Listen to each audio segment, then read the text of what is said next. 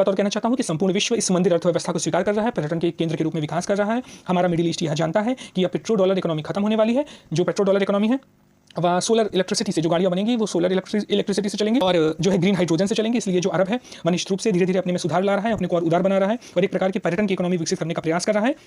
मंदिर इकोनॉमी इसमें एक बहुत महत्वपूर्ण भूमिका अदा करने जा रहा है। साथ ही साथ यूरोप में अर्थव्यवस्था बहुत ही टूटी और चरमराई हुई है। ब्रिटेन बहुत अधिक संकट में। 2024 के समय अमेरिका हो चाहे रशिया, जापान हो या ऑस्ट्रेलिया, एशिया का कोई देश हो या अफ्रीका का अरब की कंट्री हो या यूरोप का फ्रांस, सब यही पूछ रहे हैं आखिर भारतीय संस्कृति में मंदिर का इतना महत्व क्या है।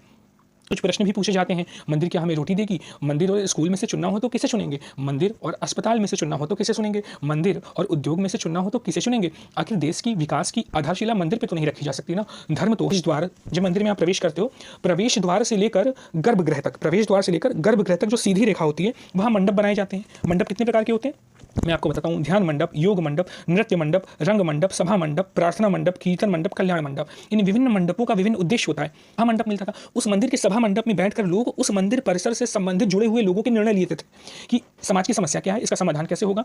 अगर कोई आर्थिक समस्या है, कोई सामाजिक रीति रिवाज परंपरा में कोई रूढ़ी आ गई है, दोष आ गया है, तो उसे कैसे ठीक करना है। पर्यावरण की कोई समस्या है, खेती से संबंधित कोई समस्या है, तो ये निर्णय सभा मंडप में लोग बैठकर लेते थे। तो मंदिर केवल पूजा पाठ का ही केंद्र नहीं है, भगवान को माला चढ़ाने का ही केंद्र नहीं है, बल्कि सभा मंडप में निर्णय भी लिए जाते थे। लक्ष्मी भी ऐश्वर्य की देवी हैं। हम क्या कह रहे हैं, स्त्री का, नारी का, युवती का जितना भी स्वरूप हो सकता है वो सब आपको मंदिर में मिलेगा। ये सब रहस्यपूर्ण है, ये सब सांकेतिक है, ये सब प्रतीकात्मक है। राधा मैया कौन है? युवती ही तो है, प्रेम का स्वरूप ही तो है। पार्वती मैया कौन है? अर्धनारीश्वर की संकल्पना कौन है? अर्धनारीश्वर का मतलब क्या है? रमण करते हुए एक हो गए, चिंतन में एक हो गए। कौन है? छिन्न मस्तिका मैया कौन है? रक्त बीज को मारने वाली काली मैया कौन है? पार्वती मैया भी है, महागौरी मैया भी है और विभत्स रूप में काली और छिन्न मस्तिका मैया भी है। इसका मतलब क्या? इसका मतलब हमने सारे रूपों को स्वीकार किया है ना, सब रूपों को हमने स्वीकार किया है। तो ये मंदिर और महिलाओं का संबंध है। महिलाओं को मंदिर में एक विशेष स्थान है और एक ऐसा स्थान है जो पुरुषों से भी बड़ा है, जो माता का रूप है। क्या आपने संपूर्ण विश्व की किसी भी संस्कृति में भाई और बहन को पूजते हुए देखा है? हम पूजते हैं जगन्नाथ को और सुभद्रा को। क्या आपने किसी भी संस्कृति में प्रेमी और प्रेमिका, जो प्रेमिका स्त्री का रूप है, उसे पूजते हुए देखा है? हम पूजते हैं राधा और कृष्ण के रूप में। क्या आपने किसी भी संस्कृति में पति और पत्नी को पूजते हुए देखा है? हम पूजते हैं राम सीता और शिव पार्वती के रूप में। नमस्कार दोस्तों, आज हमारे बीच आदित्य सर मंदिर पर चर्चा करेंगे। मंदिर से संबंधित आर्थिक, राजनीतिक, धार्मिक, सामाजिक उसके महत्व पर चर्चा करेंगे और मंदिर से संबंधित जो और भी महत्वपूर्ण पहलू हो सकते हैं उन सभी आयामों पर वो चर्चा करेंगे। नमस्कार सर, आइए इस विषय पर चर्चा करिए। सभी श्रोताओं को नमस्कार। दोस्तों, एक बड़ा ही महत्वपूर्ण मुद्दा है, एक बहुत ही महत्वपूर्ण प्रश्न है जो संपूर्ण विश्व के लोग इस समय पूछ रहे हैं। 2024 के समय अमेरिका हो चाहे रशिया, जापान हो या ऑस्ट्रेलिया, एशिया का कोई देश हो या अफ्रीका का अरब की कंट्री हो या यूरोप का फ्रांस, सब यही पूछ रहे हैं आखिर भारतीय संस्कृति में मंदिर का इतना महत्व क्या है।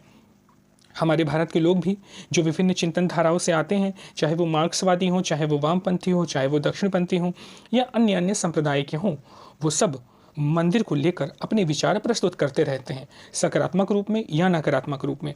लेकिन जैसा कि हम सभी जानते हैं कि 22 जनवरी को राम मंदिर की प्राण प्रतिष्ठा हुई और फिर अरब के एक देश में भी स्वामी नारायण संप्रदाय के एक मंदिर का उद्घाटन हुआ, तो संपूर्ण विश्व में मंदिर का जो मुद्दा है, मंदिर का जो सिद्धांत है, मंदिर का जो दर्शन है, भारत का जो दर्शन है, वो केंद्र में आ गया है। कुछ प्रश्न भी पूछे जाते हैं, मंदिर क्या हमें रोटी देगी? मंदिर और स्कूल में से चुनना हो तो किसे चुनेंगे? मंदिर और अस्पताल में से चुनना हो तो किसे चुनेंगे? मंदिर और उद्योग में से चुनना हो तो किसे चुनेंगे? आखिर देश की विकास की आधारशिला मंदिर पे तो नहीं रखी जा सकती ना। धर्म तो हमारे देश को नहीं चला सकता ना, हमारा देश तो संविधान से चलेगा। तो ये कई सारे प्रश्न हैं जो चिंतन पटल पर आते रहते हैं, वह चाहे व्यक्ति का चिंतन पटल हो, किसी राज्य का चिंतन पटल हो, राष्ट्र का चिंतन पटल हो या विश्व का चिंतन पटल हो। आज हर व्यक्ति मंदिर के बारे में सोच रहा है। भारतीय संस्कृति में मंदिर का अपना विशेष स्थान रहा है। हम सभी जो कभी न कभी दक्षिण भारत गए हों, उनके मंदिरों को देखा हो, तो हमें कई बातें पता चलती हैं। दोस्तों, भारत में मंदिर धर्म का केंद्र नहीं था। यदि धर्म को हम रिलीजन के संदर्भ में कहें तो उसका रिलीजन का केंद्र कभी नहीं रहा है। धर्म तो संस्कृति का केंद्र रहा है। संस्कृति में जितने तत्व आते हैं वह सब मंदिर से जुड़े हुए थे।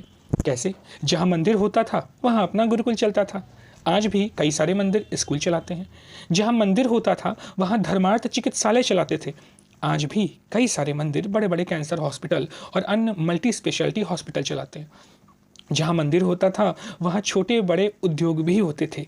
आज भी मंदिर अर्थव्यवस्था के अंतर्गत ये सब आता है। आज विश्व जिस शब्द की सबसे ज़्यादा चर्चा कर रहा है वो है टेम्पल इकोनॉमी, यानी मंदिर के आसपास बनी अर्थव्यवस्था। यह प्रश्न पूछा जाता है, मंदिर क्या हमें रोटी देगा?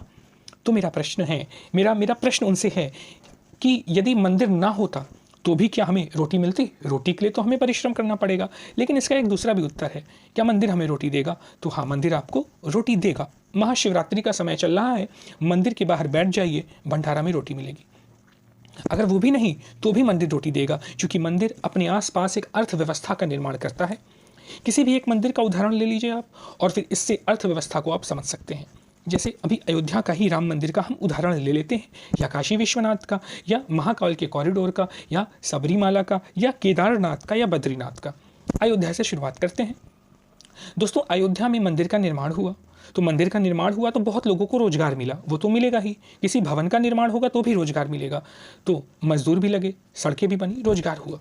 उसे हम छोड़ देते हैं, वर्तमान समय में आते हैं। अब मंदिर है, मंदिर के प्रति लोगों की भक्ति है, तो लोग आएंगे, लाखों लोग आएंगे। लाखों लोग आएंगे तो लाखों लोगों की खान पान की व्यवस्था करनी होगी। तो खान पान से जुड़े लोग जो उसका धंधा करते हैं, जो उसकी दुकान लगाते हैं, उनको रोटी कौन दे रहा है? उनको रोटी मंदिर ही तो दे रहा है। लोग अयोध्या कहाँ से आ रहे हैं? तमिलनाडु से आ रहे हैं, राजस्थान से आ रहे हैं, अलग अलग राज्यों से आ रहे हैं, उड़ीसा से आ रहे हैं। तो जब वो अयोध्या पहुँचेंगे तो अयोध्या में रिक्शा करेंगे, टेम्पो करेंगे, तो रिक्शा वालों को, टेम्पो वालों को, यातायात वालों को रोजगार कौन देगा? मंदिर देगा। अब आप कहेंगे लोग अपनी गाड़ी से भी तो आते हैं। हाँ, गाड़ी से भी आएंगे, लेकिन अधिकांश संख्या किसकी होगी? संख्या उन्हीं की होगी जो पैदल आते हैं, या जो अपने साधन से आने के बाद उतरते हैं, रिक्शा आदि करते हैं। तो बस वाले को, जो प्राइवेट बस चलाता है, रेल को भी इससे लाभ मिल रहा है, हवाई सेवा को भी लाभ मिल रहा है, तो इनको रोटी कौन दे रहा है? मंदिर दे रहा है। उसके बाद हम मंदिर में जा रहे हैं, भगवान का दर्शन करना चाहते हैं, तो माला चढ़ाएंगे, तो वो माला कहाँ से लेंगे? दुकान से लेंगे, तो उसको 2 रुपये 3 रुपये बचेगा। वो दुकानदार माला कहाँ से लेगा? फूल वाले से लेगा, तो उस फूल वाले को बचेगा। वो फूल वाला जब ढेर सारे फूलों को लेकर दुकान पे आता है, तो किसी साधन से आता है, तो उस साधन को रोजगार मिलेगा। चलिए ठीक है, हमने फूल चढ़ा दिया, लेकिन इसके अलावा फिर मिठाई भी, प्रसाद भी तो चढ़ाएंगे। वो प्रसाद कहाँ से लेंगे? लोग राजस्थान से, अलग अलग राज्यों से अपनी मिठाई भर कर लाते हैं, कि वहीं से खरीदना प्रेफर करते हैं। अधिकांश लोग मंदिर के आसपास का जो परिसर रहता है उससे ही मिठाई खरीदते हैं। मिठाई वाले को रोजगार कौन देगा? उसे रोटी कौन देगा? मंदिर के भगवान देंगे। भाई, लोग किसके लिए आ रहे हैं? भगवान का दर्शन करने के लिए आ रहे हैं ना, तो सारा श्रेय तो मंदिर को जाएगा, तो मंदिर ही रोटी देगा। इसके साथ सिर्फ इतना ही नहीं, आप संपूर्ण मंदिर के परिसर में किसी भी एक्टिविटी, किसी भी क्रियाकलाप का चिंतन करिए। उस क्रियाकलाप के मूल में क्या है? लोग आ रहे हैं, लोग खरीद रहे हैं। लोग क्यों आ रहे हैं? क्योंकि मंदिर है, मंदिर में भगवान है, भगवान के प्रति श्रद्धा है, श्री राम के प्रति श्रद्धा है, हनुमान के प्रति श्रद्धा है, लक्ष्मण सीता मैया के प्रति श्रद्धा है, आस्था है। और वो आस्था इस संपूर्ण मंदिर अर्थव्यवस्था को चला रही है। यह तो बात सिर्फ अयोध्या की हुई कि अयोध्या के लोगों को रोजगार मिल रहा है, लेकिन अयोध्या में जब आए तब ना अयोध्या वालों को रोजगार मिल रहा है, लेकिन अयोध्या तक आने में जितने लोग सम्मिलित हुए उनको भी रोजगार मिल रहा है। अब अयोध्या आए तो कहा कि भाई दूसरी जगह भी तो दर्शन कर लें, काशी में दर्शन कर लें। नहीं तो उस मंदिर परिक्षेत्र के आसपास कोई ऐतिहासिक स्थल है, वहाँ चले जाएंगे, पार्क चले जाएंगे, कोई और स्थल है वहाँ चले जाएंगे, उसका दर्शन कर लेंगे, नदी में नहा लेंगे। तो नदी में नहाने जब हम जाते हैं, काशी जाते हैं, अयोध्या जाते हैं, प्रयाग आते हैं, तो क्या दिखते हैं? वहाँ पे दिया वाले लोग रहते हैं, वहाँ पे ऐसे लोग रहते हैं जिनके पास रोजगार का कोई साधन नहीं है। वो पानी भरने वाला एक बॉटल बेचते हैं, 20 रुपये का, 25 रुपये का, 50 रुपये का। उनको रोटी कौन दे रहा है? उनको रोटी मंदिर दे रहा है। उनको रोटी गंगा मैया दे रही हैं। गंगा मैया पर जो नाव चलाते हैं, तो नाव पे जो हम यात्रा करते हैं, साइबेरियन पक्षियों को जो दाना डालते हैं कहीं भी, तो उन्हें रोटी कौन दे रहा है? उन्हें रोटी मंदिर दे रहा है, उन्हें रोटी हिंदू धर्म दे रहा है। ये धर्म की शक्ति है, ये आस्था की शक्ति है। और मैं सिर्फ इतना नहीं कह रहा हूँ, मंदिर में जो स्थापत्य होता है ना दक्षिण भारत के, तो वो स्थापत्य, मंदिर जो होता है वो कला का भी केंद्र होता है। मंदिरों में उकेरी गई तस्वीरें स्थापत्य कला को बढ़ाती हैं। मंदिर की दीवालों पर जो पेंटिंग्स बनाई जाती है वो चित्रकला को बढ़ावा देती है। जैसे मैं आपको बताना चाहता हूँ कि जब मंदिर के प्रवेश द्वार, जब मंदिर में आप प्रवेश करते हो, प्रवेश द्वार से लेकर गर्भगृह तक, प्रवेश द्वार से लेकर गर्भगृह तक जो सीधी रेखा होती है, वहाँ मंडप बनाए जाते हैं। मंडप कितने प्रकार के होते हैं? मैं आपको बताता हूँ, ध्यान मंडप, योग मंडप, नृत्य मंडप, रंग मंडप, सभा मंडप, प्रार्थना मंडप, कीर्तन मंडप, कल्याण मंडप। इन विभिन्न मंडपों का विभिन्न उद्देश्य होता है। जैसे ध्यान और योग मंडप में क्या होता है, वहाँ बैठ के ध्यान योग करना रहता है। नृत्य मंडप में क्या होता है, उस क्षेत्र के लोग, देश के लोग, उस छोटे देश स्थान के लोग नृत्य कला का विकास करते हैं। इसीलिए आप जब जाओगे ना तो कहीं कुचिपुड़ी, कहीं उड़िया, कहीं भरतनाट्यम, कर्नाटक का अपना, गुजराती, सभी के अलग अलग नृत्य शैलियाँ होंगी। तो वो नृत्य मंडप में सिखाया जाता था और किया जाता था। फिर आप आइए रंग मंडप। रंग मंडप में क्या होता था, रंग मंडप का मतलब रंगमंच मंडप है। पौराणिक कथाओं से, महाकाव्यों से, चरित्रों को लेकर के अभिनय कला का विकास करवाया जाता था। इसीलिए आप देखिए कि भारतीय नृत्य कला में अभिनय और चेहरे के हाव भाव, हाथों के हाव भावों को जितनी सूक्ष्मता से उसका परिचालन किया जाता है, उतनी सूक्ष्मता से, उतनी प्रामाणिकता से, उतने धीरे धीरे किसी भी नृत्य में आपको देखने नहीं मिलेगा। तो वो रंग मंडप का कार्य होता था। एक सभा मंडप मिलता था। उस मंदिर के सभा मंडप में बैठकर लोग उस मंदिर परिसर से संबंधित जुड़े हुए लोगों के निर्णय लेते थे कि समाज की समस्या क्या है, इसका समाधान कैसे होगा। अगर कोई आर्थिक समस्या है, कोई सामाजिक रीति रिवाज परंपरा में कोई रूढ़ी आ गई है, दोष आ गया है, तो उसे कैसे ठीक करना है। पर्यावरण की कोई समस्या है, खेती से संबंधित कोई समस्या है, तो ये निर्णय सभा मंडप में लोग बैठकर लेते थे। तो मंदिर केवल पूजा पाठ का ही केंद्र नहीं है, भगवान को माला चढ़ाने का ही केंद्र नहीं है, बल्कि सभा मंडप में निर्णय भी लिए जाते थे। प्रार्थना मंडप और कीर्तन मंडप, इसमें क्या होता था, इसमें हवन हो रहा है, यज्ञ हो रहा है, अनुष्ठान हो रहा है, कीर्तन हो रही है, आरती हो रही है। तो ये जो दो मंडप थे, इसके लिए थे। फिर एक कल्याण मंडप आता था। कल्याण मंडप में क्या होता था, जब भगवान के उत्सव की कोई परंपरा आती थी तो कल्याण मंडप में भगवान की मूर्ति आदि रख करके उत्सव मनाया जाता था। ये विभिन्न प्रकार के मंडप हैं जो अलग अलग मंदिरों में अलग अलग संख्या में पाए जाते हैं। राम मंदिर में मेरे ख्याल से 5 मंडप बनाए गए हैं जो अपने 5 अलग अलग उद्देश्यों के लिए हैं। तो मंदिर में यह सब भी होता था। मंदिर की जो दान राशि आती थी उससे गुरुकुल चलता था, धर्मार्थ चिकित्सालय भी चलता था। इसके अलावा साहित्य सृजन का भी काम होता था। गुरुकुल में जो बच्चे पढ़ते थे उनको अपने देशज क्षेत्रीय जो वहाँ की समस्याएं हैं या जो वहाँ का लालित्य है, वहाँ का सौंदर्य है, उसे लिखने के लिए प्रेरित किया जाता था।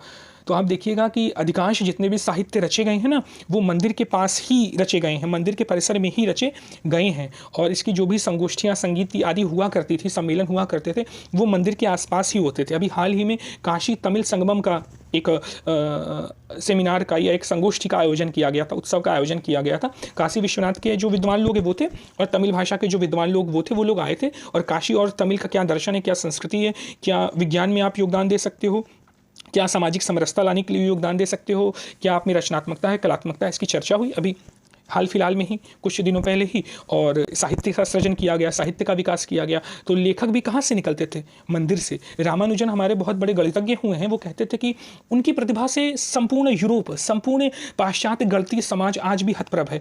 उन्होंने जो नोट लिख करके फेंक दिए थे, डस्टबिन में पड़े थे, उनको निकाल के लोगों ने कहा ये तो सूत्र हैं। उनकी डायरीज में जो वहाँ रखी हुई थी, जो वो नहीं प्रकाशित कर पाए, देख के कहा ये बड़े महत्वपूर्ण सूत्र हैं। उनसे पूछा गया रामानुज से कि भाई आपको गणित के ऐसे अनंत इन्फिनिटी के सूत्र पता कहाँ से लगते हैं। तो वो कहा करते थे कि मैं मंदिर जाया करता था, तो मुझे मंदिर में कुछ ऐसा कुछ मेरे साथ हुआ, कुछ ध्यान अवस्था में, कि मुझे ना जो अमूर्त चिंतन होता है वो मेरा मस्तिष्क सहज ही कर लेता है। और ईश्वर क्या है, अमूर्त ही तो है। ईश्वर को किसी ने देखा है, निराकार है, निर्गुण है, निर्विशेष है। तो उसका एक रूप हम बनाते हैं, राम जी के रूप में, शिव जी के रूप में, कृष्ण जी के रूप में, विभिन्न प्रकार के देवियों के रूप में। तो देवियों को मूर्त करते हैं। लेकिन मूर्ति का मतलब क्या होता है, मूर्ति का मतलब होता है जो मूर्तमान है उससे अमूर्तमान की ओर जाना। मूर्त से जो अमूर्त ले जाए वो मूर्ति होती है। अब बात समझ रहे हैं, मूर्त से जो दिख रहा है उससे जो नहीं दिख रहा है वहां तक ले जाए उसे मूर्ति कहते हैं। प्रतिमा का मतलब क्या होता है, उसकी प्रति मन में स्थापित करना है। आंख बंद करें तो हमें प्रभु श्री राम, प्रभु श्री कृष्ण, जो राधा मैया और विभिन्न देवियां का हमारे मन में स्थान बन जाए, उसे हम प्रतिमा कहते हैं। लेकिन हम लोग ये सब समझना नहीं चाहते, जानना नहीं चाहते। तो मंदिर अपने आप में एक अर्थव्यवस्था है। मंदिर से एक अर्थव्यवस्था का निर्माण होता है। इतना नहीं, मंदिर से एक समाज व्यवस्था का भी निर्माण होता है। और जैसा मैंने आपको बताया, मंदिर से एक संस्कृति का भी निर्माण होता है। भाई कैसे, तो संस्कृति में क्या आता है, स्थापत्य आता है, रहन सहन आता है। आपको क्या बताया गया कि आप जाइए, सुबह उठिए, गंगा नदी में या जो पास की नदी है उसमें स्नान करिए, स्नान करने के बाद जाइए भगवान का दर्शन करने। दर्शन में क्या करना है, स्तुति कीजिए, स्तुति करेंगे, काव्य रचना कुछ प्रस्तुत कर रहे हैं, फिर वापस चले आए, फिर अपने दैनिक कार्यों में लग गए। तो जीवन शैली आपकी बनी। संस्कृति क्या होती है, रहन सहन का तरीका, जीवन शैली बनी। फिर आप सामाजिक समरसता का सिद्धांत, आपके जीवन में मर्यादा होनी चाहिए, कौन बता रहा है, राम बता रहे हैं। राम कौन है, हमारे आराध्य हैं। तो मंदिर से ही तो निकल रही है ना संस्कृति। तो चाहे वो स्थापत्य कला हो, चाहे वो चित्रकला हो, चाहे रंगमंच मंडप पे अभिनय करना हो, चाहे ये कौन सा मंडप था आपका, सभा मंडप हो, चाहे नृत्य मंडप हो, चाहे ध्यान मंडप हो, ये सब संस्कृति के ही हिस्से तो हैं। संस्कृति को पुष्ट करने के लिए तो इसमें चीज़ें आ रही हैं। तो ये संपूर्ण मंदिर व्यवस्था के अंतर्गत आता था कि आपकी जो समाज व्यवस्था हो वो मंदिर से निकलेगी, अर्थव्यवस्था हो वो मंदिर से निकलेगी, जो आपकी संस्कृति है वो मंदिर से निकलेगा, साहित्य मंदिर से निकलेगा, नए प्रकार के कलाओं का विकास मंदिर से होगा, गायन की विभिन्न शैलियाँ मंदिर में गाई जाएंगी, स्तुति की जाएंगी, भगवान की स्तुति करने के लिए विभिन्न राग लाए जाएंगे। तो संपूर्ण रूप से मंदिर तक केंद्रित था। लेकिन अब प्रश्न उठता है, यहाँ तो गली गली में मंदिर खुल गए हैं। हमारे घर के आसपास 2 किलोमीटर के क्षेत्र में भी एक मंदिर है जिसे वहाँ के लोग पूछते हैं। राज्य में भी एक मंदिर है। भारत में कुछ ऐसे मंदिर हैं जो भारत के लिए प्रसिद्ध हैं, कुछ ऐसे मंदिर हैं जो विश्व के लिए प्रसिद्ध हैं। तो फिर मंदिर है क्या? तो ये एक अन्य विषय हो जाएगा कि मंदिर का सिद्धांत क्या है, पृथ्वी जल अग्नि वायु आकाश का क्या स्तर होता है, क्यों हम जो है मंदिर पे गर्भगृह में जो उसका आकार होता है वो क्यों होता है, उसमें किस प्रकार से चीज़ों को सेट किया जाता है, कितने पिलर्स होने चाहिए, सीमेंट लगना चाहिए कि नहीं लगना चाहिए, धातु होनी चाहिए, पाषाण होना चाहिए, किस प्रकार की पाषाण की प्रकृति होनी चाहिए, सूर्य किस दिशा से उग रहा है, किस दिशा में डूब रहा है, तो पूर्व पश्चिम उत्तर दक्षिण मंदिर का किस प्रकार से आर्किटेक्ट का निर्माण करना चाहिए, सारे अलग मसले हो गए हैं। मसला क्या था कि मंदिर रोटी देगा तो हाँ मंदिर रोटी देगा, मंदिर शांति देगा तो हाँ मंदिर शांति भी देगा। लेकिन पहले हम इस बात को समझें कि मंदिर क्या है। मेरे मन मंदिर में आन पधारो महावीर भगवान, ऐसा एक गीत है भगवान के बारे में। तो मन में भी एक मंदिर होता है, मन दिर, मन दिर, मन मंदिर, बाहर भी मंदिर अंदर भी मंदिर। जी एक प्रश्न है, प्रश्न ये संबंधित है कि मंदिर और राजनीति का जो अंतर संबंध है उस पर चर्चा करिए। और एक प्रश्न ये है कि मंदिर की जो आध्यात्मिक पहलू है उस पर थोड़ी चर्चा करिए। और मंदिर और महिलाओं का जो अंतर संबंध है उस पर चर्चा करिए। जी, मंदिर राजनीति, मंदिर आध्यात्म और मंदिर और महिला। देखिए बहुत ही सुंदर 3 प्रश्न किए गए हैं कि आखिर भाई मंदिर और राजनीति का संबंध क्या रहा है। भारतीय संस्कृति में मंदिर कभी भी राजनीति या सरकार द्वारा संचालित नहीं रहा है। मंदिर का संचालन सदैव ही समाज ने किया है। भारतीय व्यवस्था ही समाज संचालित व्यवस्था रही है। राजनीति का या राज्य का या सरकार का उसमें क्या योगदान रहा है? तो जैसे आप रास्ते में बढ़ रहे हो ना, रास्ते में आप बढ़ रहे हो, तो जैसे कांटे निकालने का कोई काम करे, कंकड़ हटाने का कोई काम करे, ये राज्य का काम था, सरकार का काम था।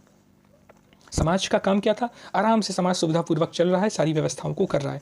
तो मंदिर और राजनीति में यही संबंध है कि मंदिर राजनीति से गवर्न नहीं होगा, मंदिर का संचालन समाज करेगा। समाज अपने हित के लिए मंदिर की जो एक तरीके से मंदिर परिसर की जो चिंतन है, जो उससे लोगों का जुड़ाव है, जो आस्था है, उसका प्रयोग करके उसको माध्यम बना करके समाज कल्याण के लिए कार्य होगा। दूसरा मंदिर और जी मंदिर की राजनीति, ऐसा नहीं लगता मंदिर की राजनीति बहुत जोरों शोरों से हो रही है और उसमें अपने चुनावी एजेंडे को मजबूत किया जा रहा है? जी, बहुत महत्वपूर्ण प्रश्न पूछा है और इस प्रश्न पे चिंतन भी बहुत आवश्यक है कि मंदिर और राजनीति की चर्चा हमने कर ली, लेकिन अब मंदिर की राजनीति है। तो मंदिर की राजनीति क्या होती है?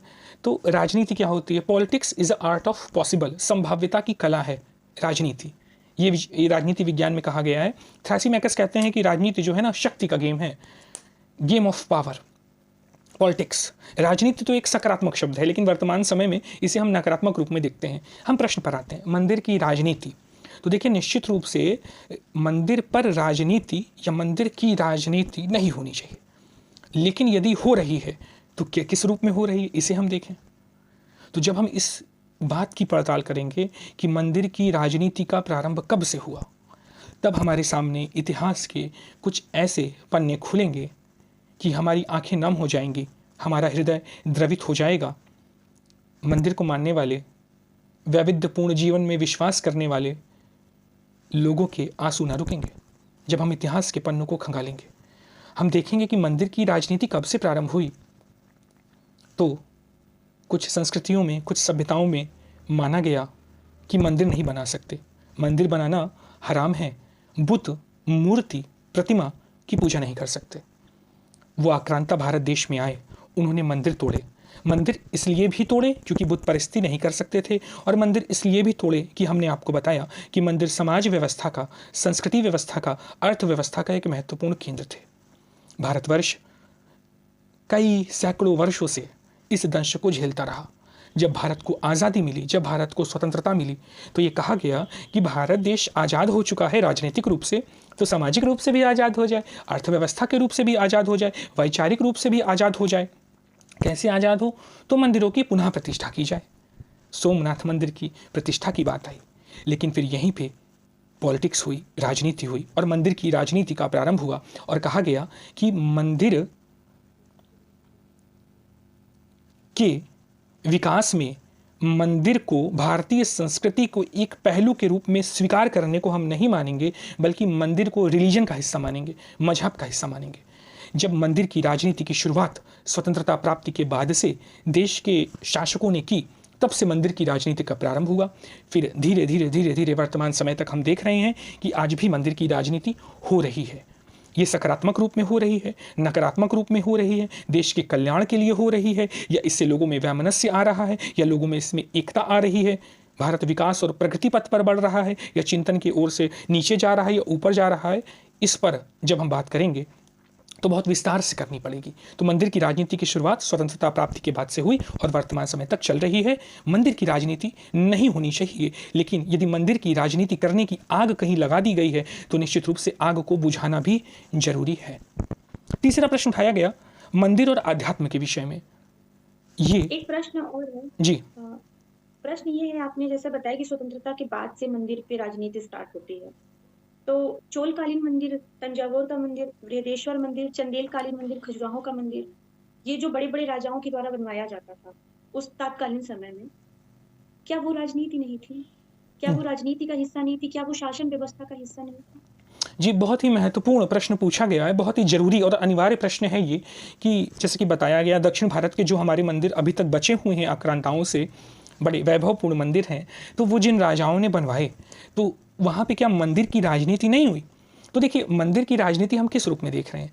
यदि वहाँ के राजाओं ने मंदिर का निर्माण किया और मंदिर में कलात्मक, रचनात्मक, सृजनात्मक, उत्पादक व्यवस्था का निर्माण हो रहा है, अर्थात मंदिर जब बना तो मंदिर के साथ गुरुकुल भी बना, शिक्षा व्यवस्था भी मजबूत हुई, उपचार व्यवस्था भी मजबूत हुई, साहित्य का सृजन भी किया जा रहा है, संगीत में लोगों की रुचि बढ़ रही है, उसमें भी लोग रमण कर रहे हैं, कलाओं का भी विकास हो रहा है, और ये संपूर्ण व्यवस्था समाज द्वारा संचालित की जा रही है। राजनीति केवल कांटों को हटाने का काम कर रही है, व्यवस्था को देने का काम कर रही है, क्योंकि धन तो समाज का ही है। भाई, राजा का अपना धन क्या है?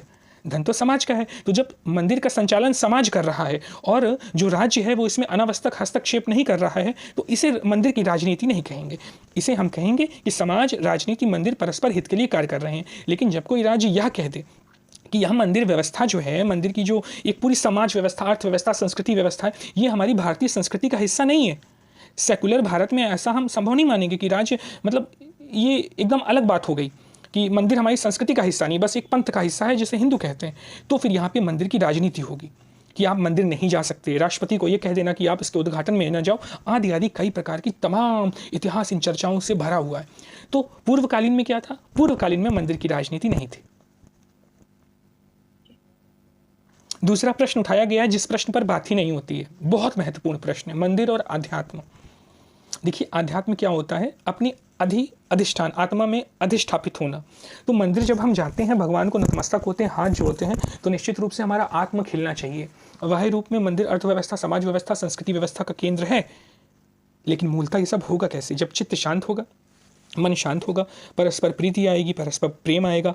मंदिर इन सबको उत्पन्न करने वाला एक केंद्र था। मंदिर ने कहा कि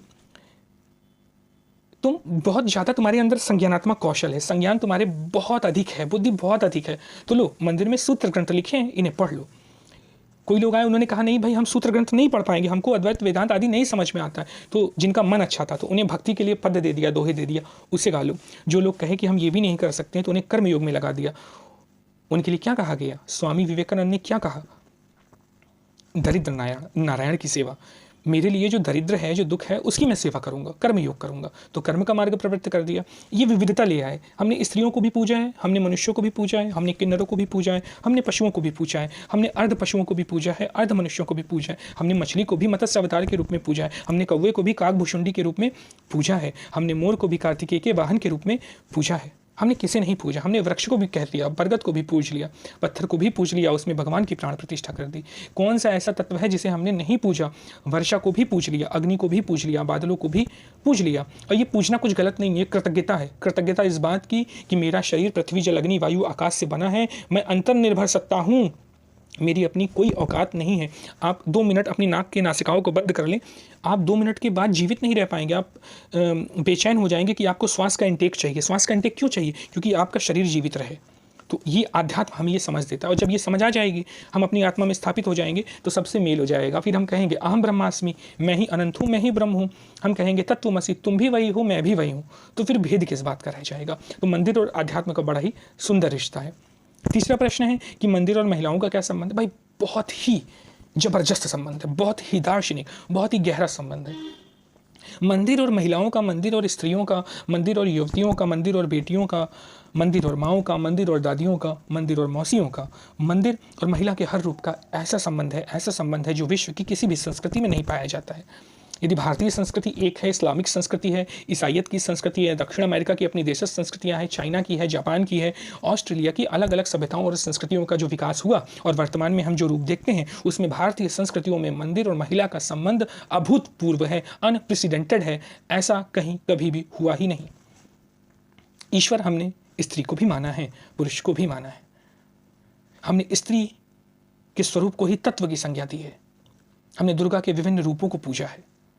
हमने दुर्गा या स्त्री को हथियार भी दिया है, खड़ग भी दिया है, तलवार भी दी है, और कमल भी दिया है, वेद भी दिया है। जितनी भी संभावनाएं हो सकती हैं स्त्री शक्ति के बारे में, वो सब मंदिर में दिखती हैं। मंदिर रहस्यों का एक खजाना है जिसमें कई प्रतीक भरे हुए हैं। दुर्गा यानी दुर्गम, दुर्ग मतलब किला, दुर्ग, इसे भेदना मुश्किल है, अभेद्य है। शिवाजी के किले, दुर्गा शक्ति यानी संसार की एक ऐसी शक्ति है जिसे अभेदना मुश्किल है, जो दुर्गम है, मन के अंदर ही तुम्हारे है वो, लेकिन माता के रूप में दिख रही है, युवती के रूप में दिख रही है, उसके हाथों में हथियार भी है। सरस्वती भी वैसी ही है, लेकिन वो विद्या, करुणा, संगीत की देवी है। लक्ष्मी भी ऐश्वर्य की देवी है। हम क्या कह रहे हैं? स्त्री का, नारी का, युवती का जितना भी स्वरूप हो सकता है वो सब आपको मंदिर में मिलेगा। ये सब रहस्यपूर्ण है, ये सब सांकेतिक है, ये सब प्रतीकात्मक है। राधा मैया कौन है? युवती ही तो है, प्रेम का स्वरूप ही तो है। पार्वती मैया कौन है? अर्धनारीश्वर की संकल्पना कौन है? अर्धनारीश्वर का मतलब क्या है? रमण करते हुए एक हो गए, चिंतन में एक हो गए। कौन है? छिन्न मस्तिका मैया कौन है? रक्त बीज को मारने वाली काली मैया कौन है? अपूर्व सुंदरी पार्वती मैया, जिसे देखकर गणों के मन भी हिल गए। उनसे कहा कि नारद जी से जब पूछा तो नारद जी ने कहा कि हे गण, अगर पार्वती मैया को देखकर तुम्हारे मन में काम आ रहा है तो उन्हें प्रणाम करो, उन्हें अपना माँ मानो, काम दूर हो जाएगा। ऐसी सुंदरी पार्वती मैया भी है, महागौरी मैया भी है, और विभत्स रूप में काली और छिन्न मस्तिका मैया भी है। इसका मतलब क्या? इसका मतलब हमने सारे रूपों को स्वीकार किया है ना, सब रूपों को हमने स्वीकार किया है। तो ये मंदिर और महिलाओं का संबंध है। महिलाओं को मंदिर में एक विशेष स्थान है, और एक ऐसा स्थान है जो पुरुषों से भी बड़ा है, जो माता का रूप है। क्या आपने संपूर्ण विश्व के किसी भी संस्कृति में भाई और बहन को पूजते हुए देखा है? हम पूजते हैं जगन्नाथ को और सुभद्रा को। क्या आपने किसी भी संस्कृति में प्रेमी और प्रेमिका, जो प्रेमिका स्त्री का रूप है, उसे पूजते हुए देखा है? हम पूजते हैं राधा और कृष्ण के रूप में। क्या आपने किसी भी संस्कृति में पति और पत्नी को पूजते हुए देखा है? हम पूजते हैं राम सीता और शिव पार्वती के रूप में। क्या आपने किसी भी संस्कृति में विद्या और ज्ञान का अधिष्ठाता किसी स्त्री को देखा है? जापानीज में है, जापान में है, भारत में भी है, सरस्वती मैया।